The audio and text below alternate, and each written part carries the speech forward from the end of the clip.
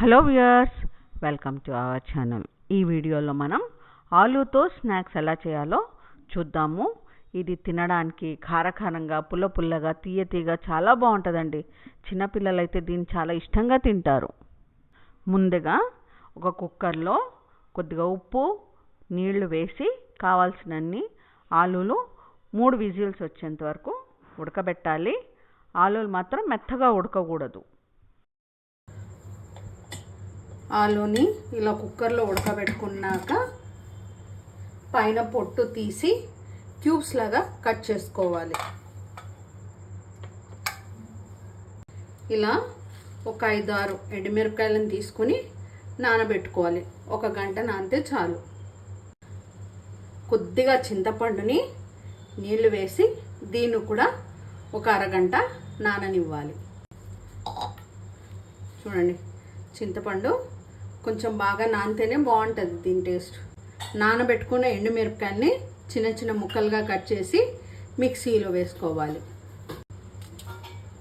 నానిన చింతపండు, ఒక మీడియం సైజ్ టమాటాని చిన్న ముక్కలుగా కట్ చేసి మిక్సీలో వేసుకోవాలి. ఇలా టమాటాని చిన్న ముక్కలుగా కట్ చేసుకున్నాక కొద్దిగా ఉప్పు వేసుకోవాలి. కొద్దిగా జీలకర్రతో పాటు కొద్దిగా బెల్లం వేసి మెత్తడ్ పేస్ట్ చేయాలి. పేస్ట్ చేయడానికి చింతపండు నానబెట్టుకున్న నీళ్ళని వాడచ్చు.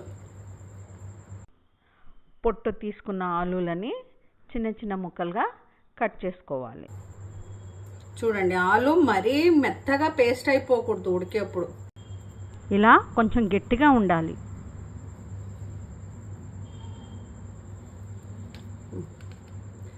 ఇది చిన్న పెద్ద ఎవరైనా ఇష్టంగా తింటారండి.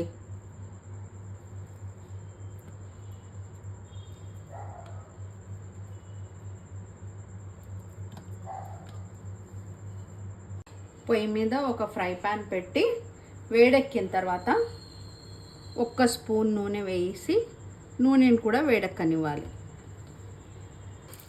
ఆలూని ఇది మరీ డీప్ ఫ్రై కావక్కర్లేదండి. కొద్దిగా లోపల ఎక్కడన్నా ఉడకలేదంటే ఇలా చేయడం వలన ఉడికిపోతుంది.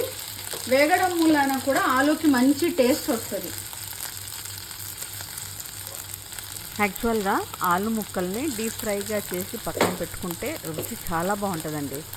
నేను హెల్త్ కాన్షియస్ వలన ఇలా కొద్దిగా నూనె వేసి కాలుస్తున్నాను. మంట హైలో ఉంటేనే ఆలు అతుక్కోకుండా ఉంటుంది.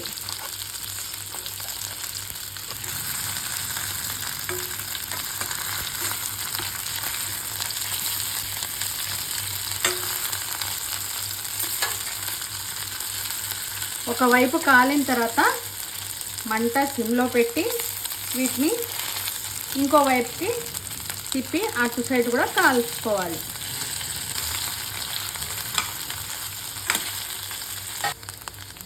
మాడకూడదండి.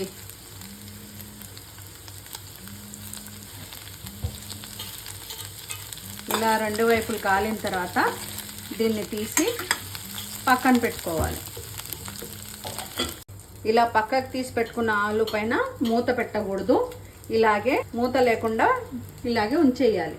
తీసేసిన తర్వాత మళ్ళీ కొద్దిగా నూనె పోసి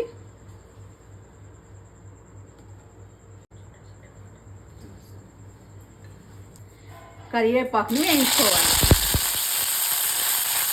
కరివేపాకు వేగిన తర్వాత తీసి దీన్ని కూడా పక్కన పెట్టుకోవాలి.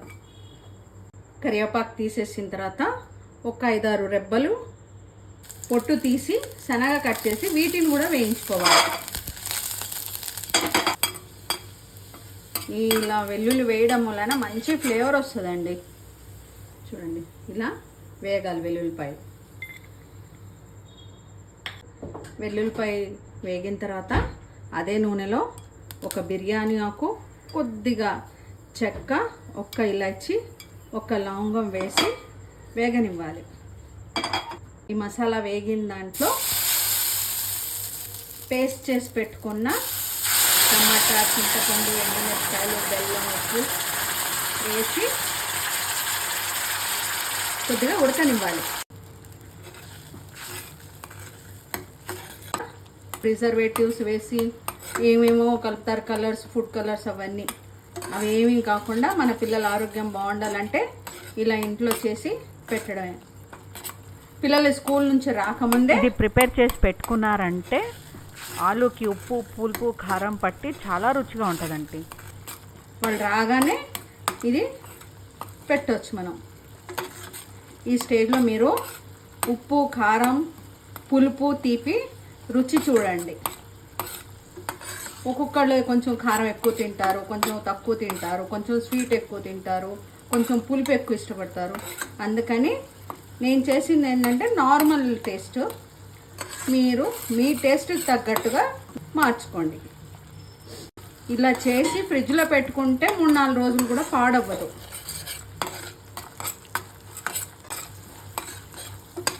మీరు గమనిస్తే పైన కొద్దిగా నూనె తేలుతుంది. ఇప్పుడు స్టవ్ ఆర్పి పక్కన పెట్టాలి. ఇలా స్టవ్ ఆర్పేసుకున్నాక మనం వేసుకున్న బిర్యానీ ఆకు, ఇలాచీ, లవంగం తీసి పడేయాలి. ఎందుకంటే తినేప్పుడు పంట కిందకు వస్తుంది. పిల్లలు అస్సలు నచ్చరు అలా పంట కిందకు వస్తే. ఈ ఆలులో మనం చేసుకున్న మిశ్రమాన్ని వేసి బాగా కలపాలి.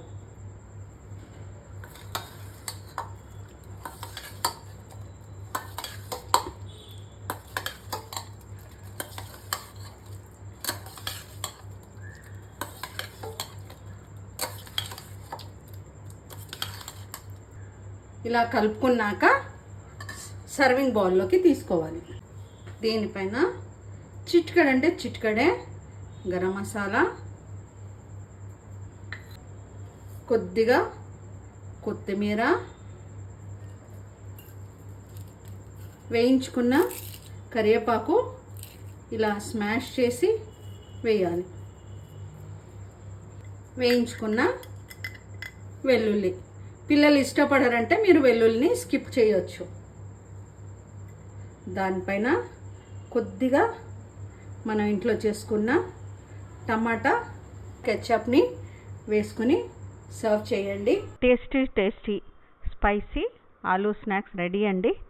ఇది కనుక మీకు నచ్చితే లైక్ చేయండి, షేర్ చేయండి, కామెంట్ చేయండి. మొదటిసారి కనుక మన ఛానల్ని చూస్తుంటే ఛానల్ని సబ్స్క్రైబ్ చేసుకోండి. Thank you once again for watching our channel.